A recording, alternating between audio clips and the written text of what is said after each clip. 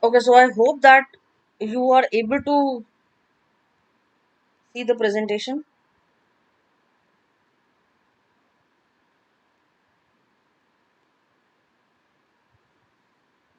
Are you able to see the presentation now? Yes, ma'am. Yes, ma'am. Yes, ma'am. Yes, Yes, ma'am. you people can enter the attendance. I'll copy it from here itself. Nothing to worry about that. Ma'am, Yes. recording. Actually, some people were already there in the class when I entered, so I'll not be able to record the session from here. But I'm trying to record it through somewhere by some other application, so you should not worry about that. It is being recorded. Don't worry. Okay. Okay. You'll get the link.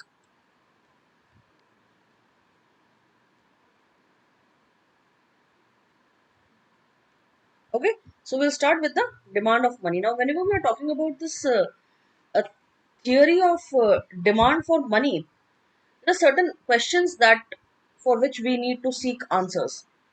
Now, what are these questions for which we are seeking answers? And the question is that what determines the demand for money in an economy? Can anyone tell me why is money required in the economy at all? To get a basic standard or a platform where everyone can exchange things. Okay. Ma'am, your Anyone voice is else? glitching.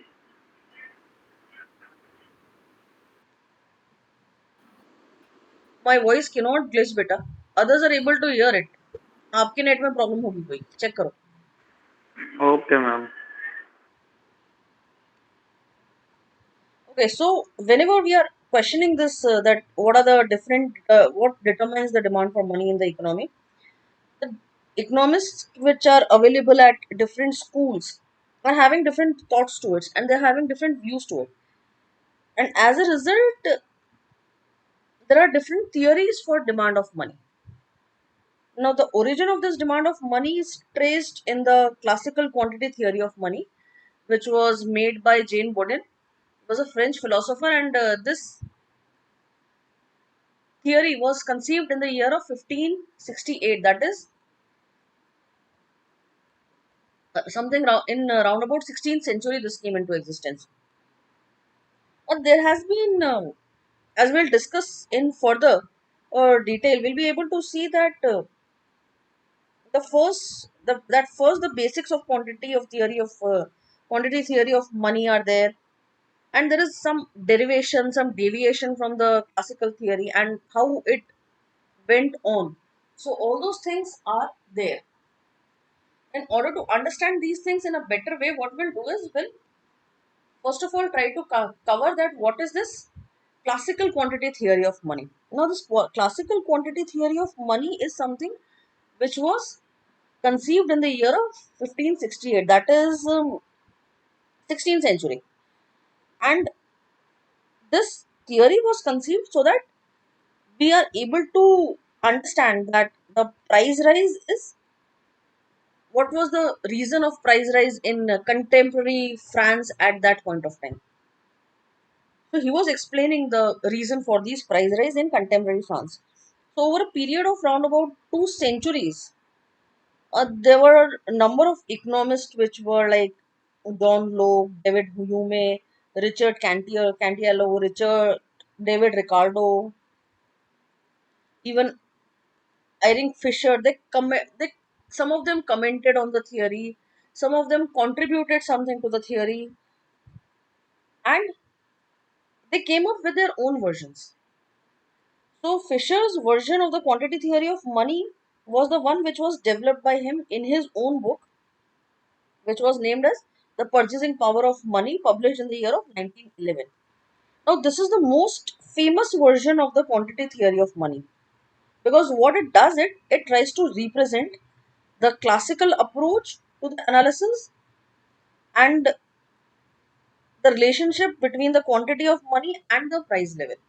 Generally, what we want to know is that what is the reason for in order to increase or decrease the quantity of money and how will the prices affect the money. because finally money is something which is making our income. So here the neoclassical version of the quantity theory of money is known as Pigu's cashback equation, or we can say Cambridge cash balance equation. So these are the three basic equations which we will be going through. And that is the classical quantity theory of money, the Fisher's version of the quantity theory of money, and you can say the Pigu's cash balance equation or the Cambridge cash balance equation. All the versions of quantity theory of money, what are they doing? They are basically demonstrating that there is a strong relationship between money and price level. It is necessary to have a strong relationship between money and price level? Yes, or maybe. Yes, Darshan.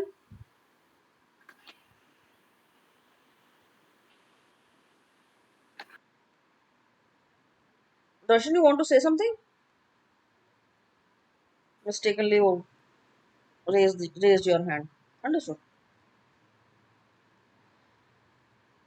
Okay. So now what we'll do is, in order to understand this classical theory of money, or in order to understand any of the theory or theories of money, first of all we'll try to discuss the Fisher's quantity theory of money. This theory will be followed by the brief description of the Cambridge version of the quantity theory of money, because these are the two main theories which will be covering in your syllabus, that is the Fisher's price model and the Cambridge theory. If you remember, this was the part which I told you in your in the initial days of your lecture also, that we'll be covering through these sections. Do you remember that?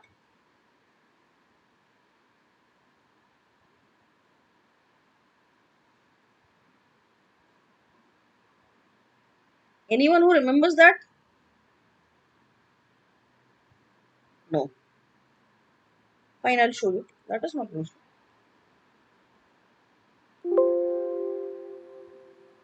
So here it was mentioned that after understanding the demand for money, we'll be going through the quantity theory of money, that is the Fisher's equation of exchange, and the Cambridge theory. So what we'll be doing today is we'll be trying to understand the Fisher's equation of exchange. Not the entire equation can be done in a single day, but yes, some of the part can be covered.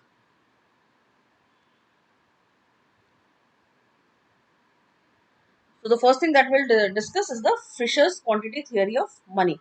Now, what is this Fisher's quantity theory of money? Basically, this is the Fisher's version of the quantity theory of money, or it can be originally said as the quantity theory of exchange, because that is how he named his theory of money. That is the quantity theory of exchange.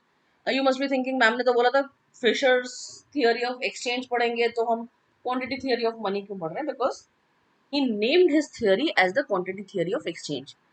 So, how was it formally expressed? It was expressed as MB is equal to sigma P into Q. Now, this is the equation which was given. What Fisher did was he simplified this equation. How did he simplify? He simplified this equation as MV is equal to P into T. Now, what is MV? What is PT? कुछ नहीं पता हमें. So, first of all, we'll note that down. I request you people to please note down these things.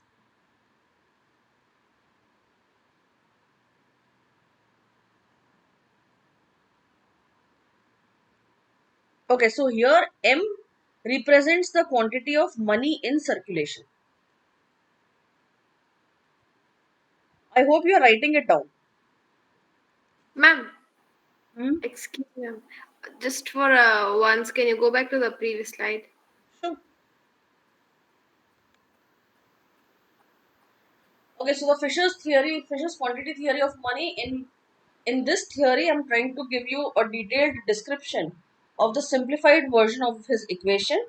That is, MV is equal to PT. And we'll be writing the description about this equation only, because as and when we'll move forward with the theory, with the quantity theory of exchange, this is the equation on which the entire theory will be based. That is why I'm telling you to write down. Dhruvi, are you okay? Can we move ahead? Yes, ma'am. Okay. Thank you. So now here M will represent the quantity of money in circulation.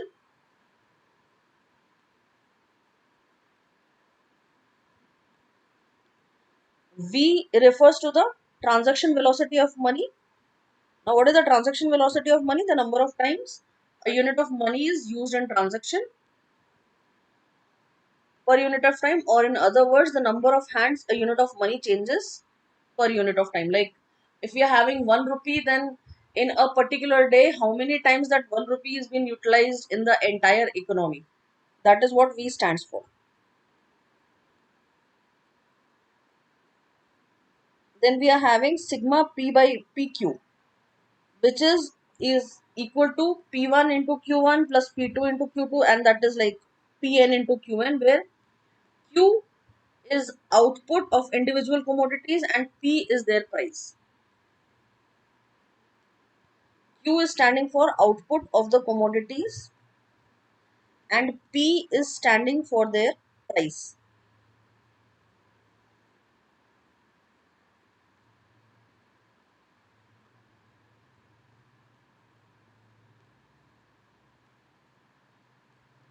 Now in our equation 2 we were having MV is equal to capital P into capital T.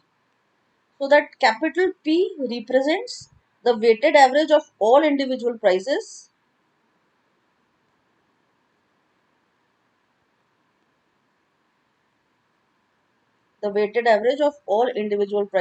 and P is equal to MV divided by T. P is equal to MV, that is the quantity of money in circulation into the number of times it has floated divided by T.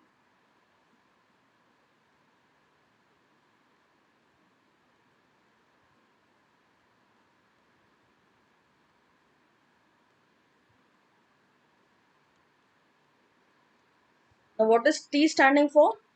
T means the sum of all the transaction of goods and services per unit of time.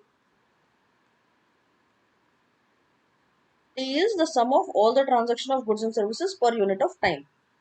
So our P is the weighted average, hence it is money into circulation divided by the sum of all transaction of goods and services.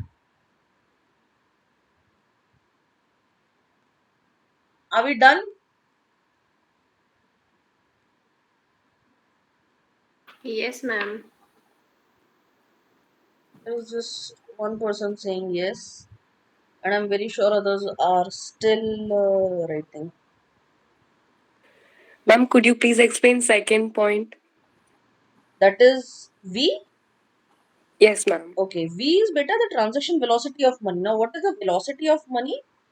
It is basically the number of times a single currency has changed hands at a unit of time. Like we are considering an entire day with 1 rupee.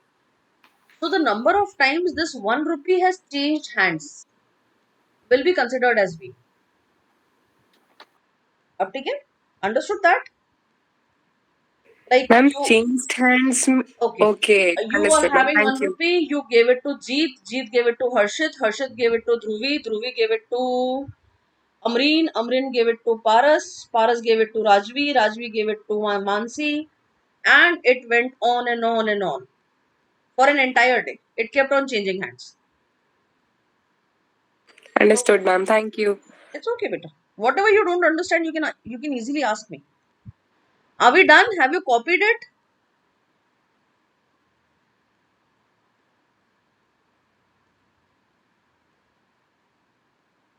Kids, have you copied it? Because Yes, I'm very ma'am. serious when I tell you that you need to copy. Yes, ma'am. Yes, ma'am. Okay. So we'll move ahead with this. Now, as we are aware that this was the equation which was being made by Fisher, what Fisher did was he modified his earlier version of quantity theory of money that he has mentioned in equation 2. Now you are aware that what is equation 2? Equation 2 is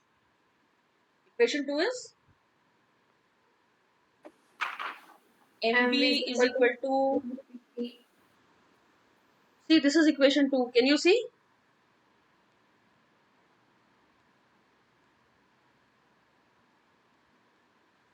This is equation 2, mv is equal to pt. यहाँ पे लिखा हुआ है equation 2.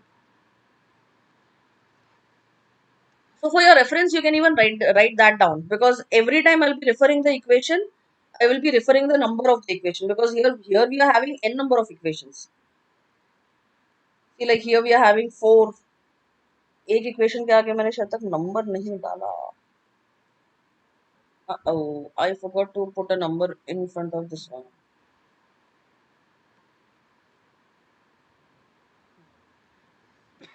This is equation 3. Okay. So now what he did was he has modified his earlier version of the quantity theory of money. And why did he what did he do? He modified. Why did he modify? He modified it to include the money supply which is created by banks through the process of this credit creation based on their demand deposits. So what he did not change the entire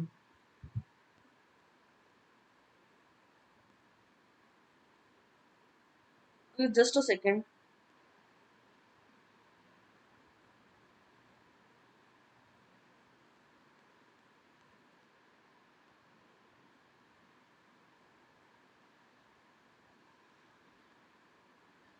Okay, so now what happened that he did not change the entire setting of the equation. He just added an extra part of it. That is m hash v hash was added. Now what is this? This is the total bank deposit subject to transfer by checks and average velocity of their circulation. See, some of the time what happens with the banks is that they're having this bearer checks.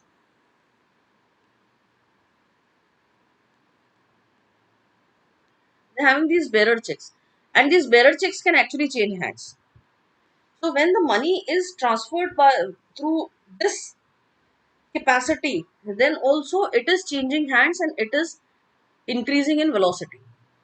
Moreover, this money can even change hands by from person to person. Like you gave me an account pay check, I gave it to the bank, it was redeemed, and I wrote a new check and gave it to someone else. तब भी cash तो move हो ही रहा है. Are you able to get it? Yes, ma'am. We have already done it. These people are not able to understand. So just give me a moment. Are, Okay, ma'am. are you able to get it, kids?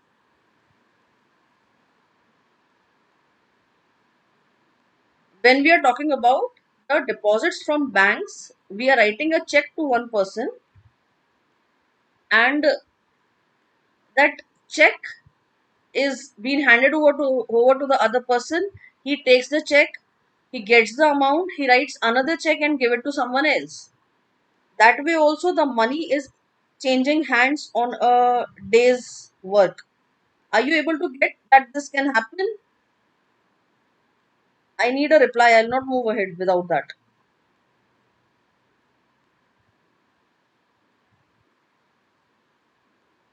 Is there anyone who is finding it difficult to understand that through checks also money can change hands?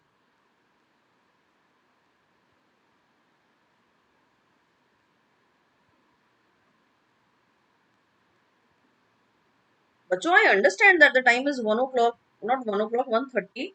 But that does not mean you can sleep in the class. Wake up.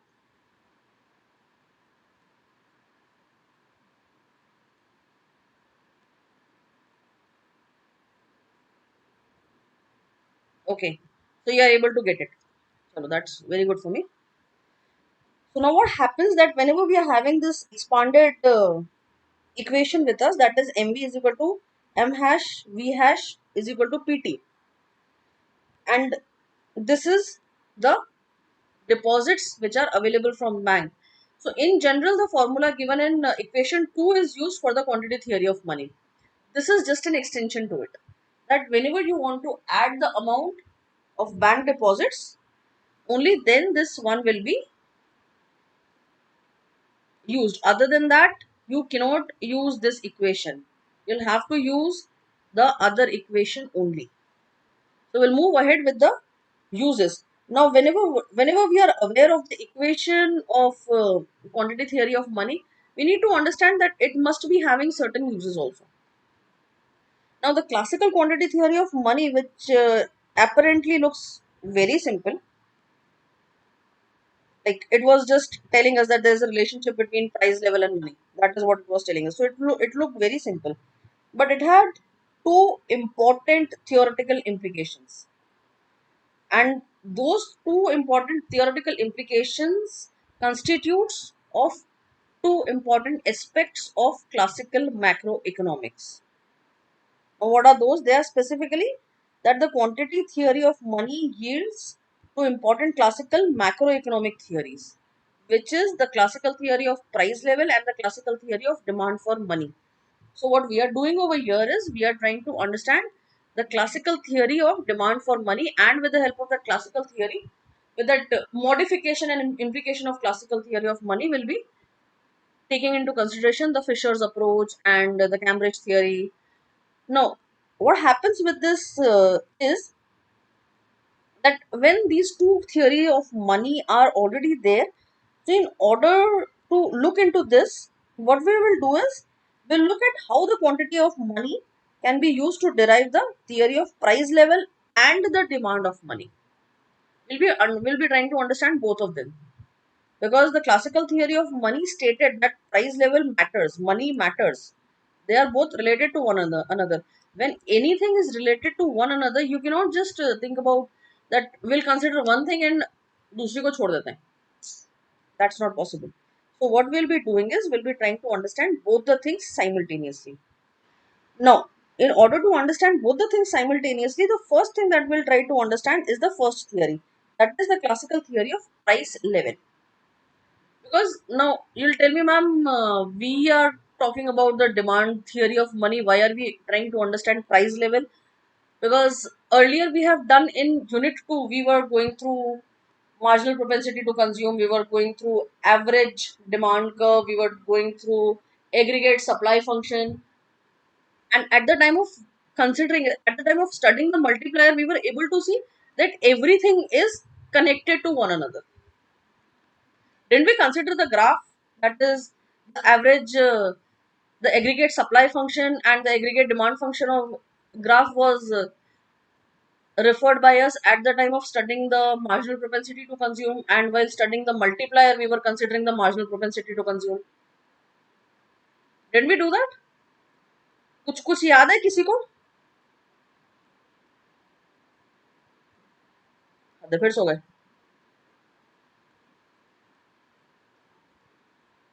बच्चों उठो, I need a reply. किसी को याद है? Okay, what is marginal propensity to consume? Now first you give me this reply. What is marginal propensity to consume?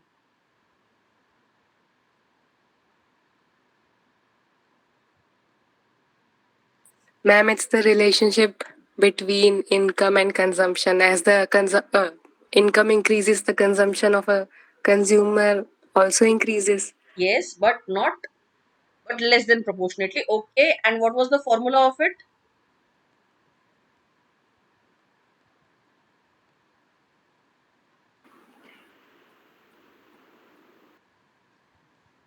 What is change in C called? Vatsal? Vatsal, what is change in C called? What is the name that we give to change in C? Alpha, beta, gamma, delta, what? Okay. Chalo, yaad hai. Good.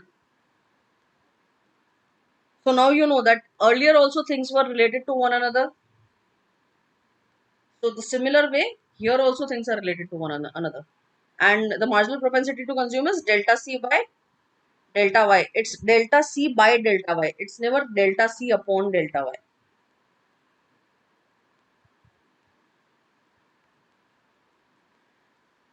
Okay, so let's consider this this theory of price level. And what is the theory of price level? See, basically the classical quantity theory of money implies that the quantity of money determines the general level of prices, and the general level of prices determine the quantity of money. Basically, they are oh, what we can say,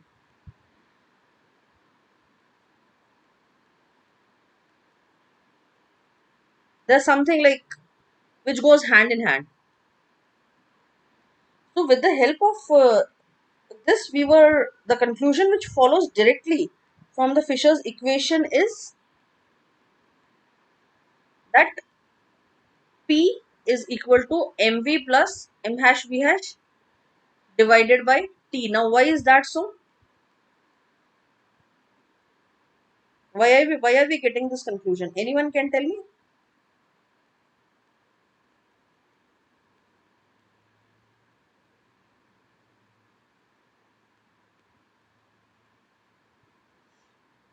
Hmm?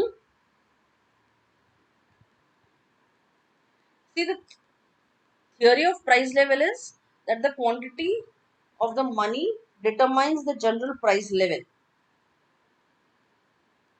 But here also we are having an assumption of microeconomics, that is everything else will remain same. So with the help of that, we are able to conclude that over here we were having a equation which was stating that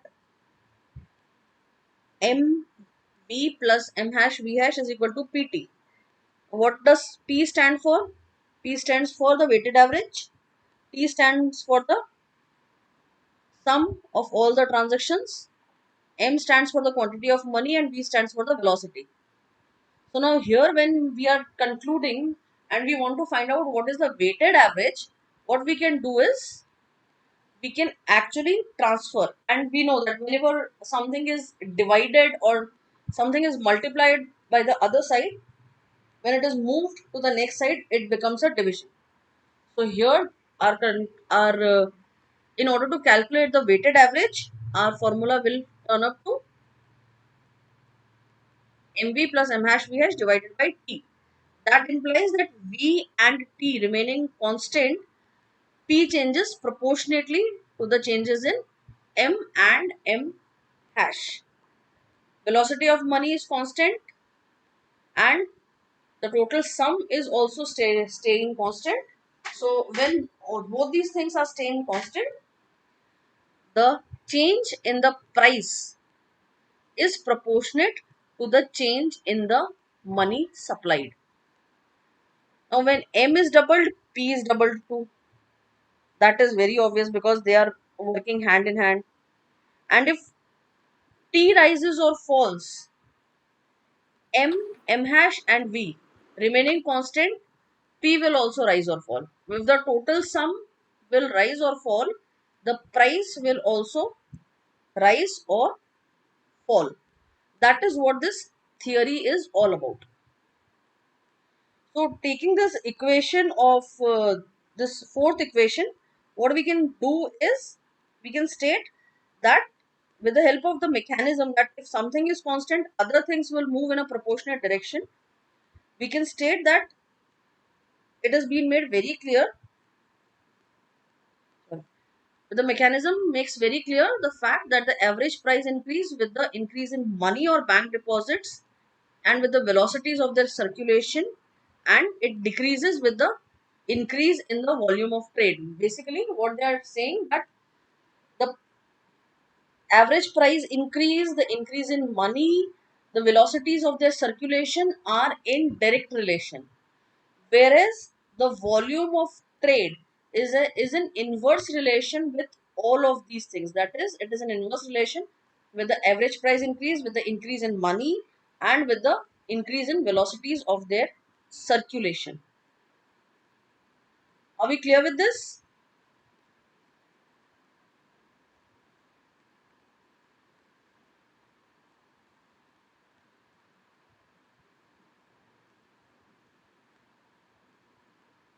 नहीं, you are not clear. Idea था मुझे इस चीज का.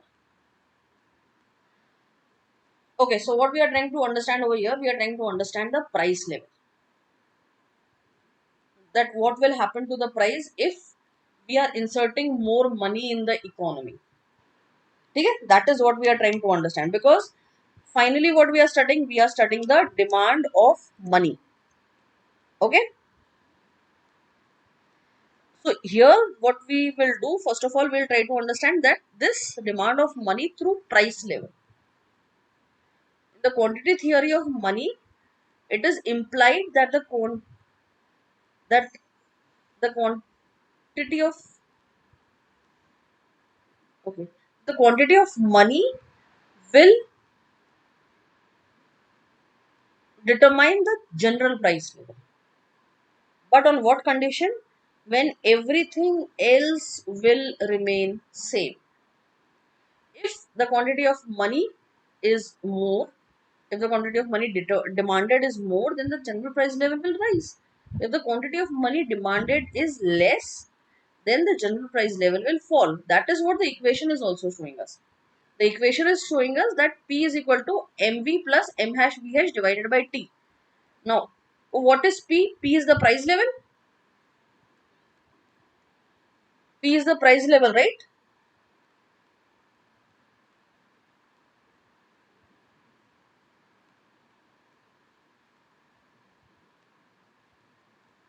Are you with me?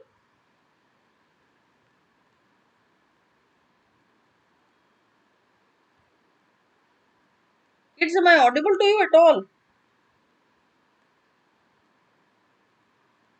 समझ में आ रहा है मैं क्या बोल रही हूँ, या सब ऊपर से जा रहा है?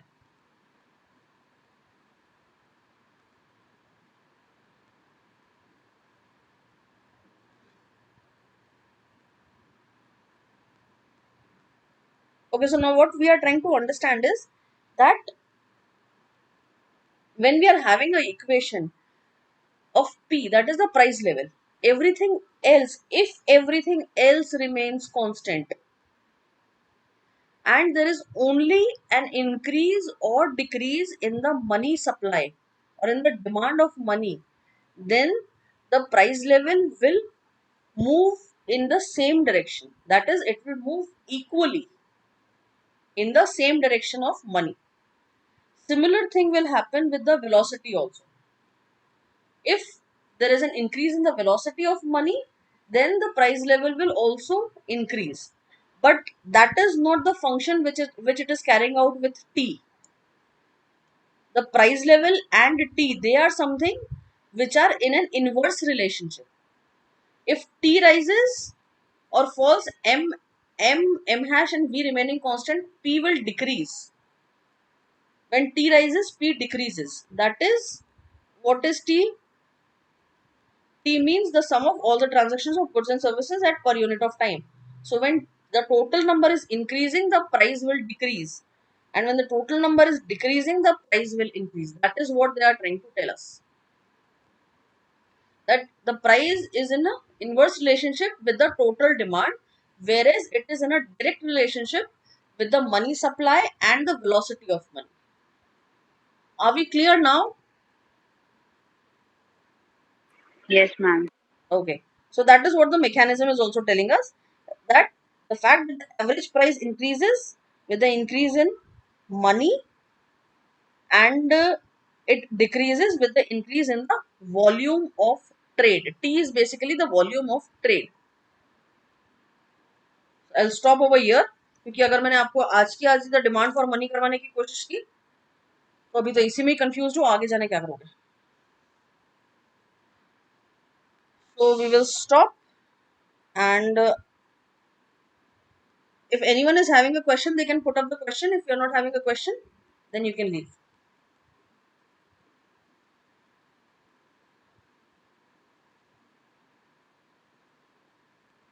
Thank you, Akansha.